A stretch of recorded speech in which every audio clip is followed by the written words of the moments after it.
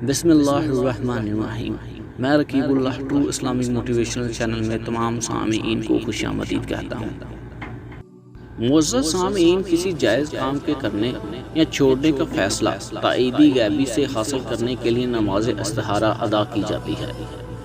لہٰذا ہمیں چاہیے کہ ہم اپنی زندگی میں کوئی بھی کام شروع کرنے سے پہلے یا کسی کام کو ختم چھوڑنے سے پہلے اس سے پہلے استخارہ کیا جائے، جیسا کہ حضرت جابر بن عبداللہ رضی اللہ تعالی عنہ سے روایت ہے۔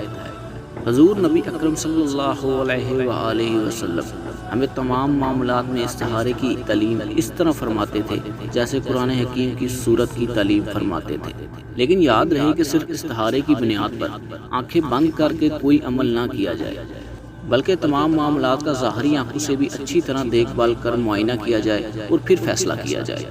نماز استخارہ کی 2 رکعتیں ہیں۔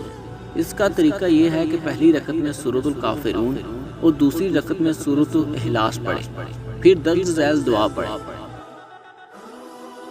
اے اللہ، بے شک میں اس کام میں تجھ سے تیری علم کی مدد سے خیر مانگتا ہوں اور حصول خیر کے لیے تجھ سے تیری قدرت کے ذریعے قدرت مانگتا ہوں، اور میں تجھ سے تیرا فضل عظمت مانگتا ہوں۔ بے شک تو ہر چیز پر قادر ہے اور میں کسی چیز پر قادر نہیں۔ تو ہر کام کے انجام کو جانتا ہے اور میں کچھ نہیں جانتا، اور تمام غیبوں کا جاننے والا ہے۔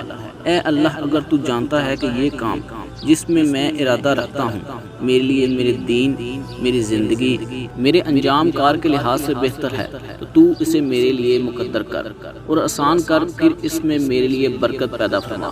اگر تیرے علم میں یہ کام میرے لیے میرے دین، میرے زندگی، میرے انجام کار کے لحاظ سے برا ہے تو اس کام کو مجھ سے اور مجھے اس سے پھیر دے اور میرے لیے بھلائی عطا کر، جہاں کہیں بھی ہو، پھر مجھے اس کے ساتھ راضی کر دے۔ حضور نبی اکرم صلی اللہ علیہ وآلہ وسلم نے فرمایا، پھر اپنی حاجت بیان کرو۔ سامعین، اگر آج کی ہماری ویڈیو آپ کو پسند آئی ہو تو ویڈیو کو زیادہ سے زیادہ شیئر کریں اور ویڈیو کو لائک کر دیں۔ ویڈیو سے متعلق کوئی بھی سوال ہو تو آپ کمنٹ باکس میں پوچھ سکتے ہیں۔ اگلی ویڈیو تک کے لیے اللہ حافظ۔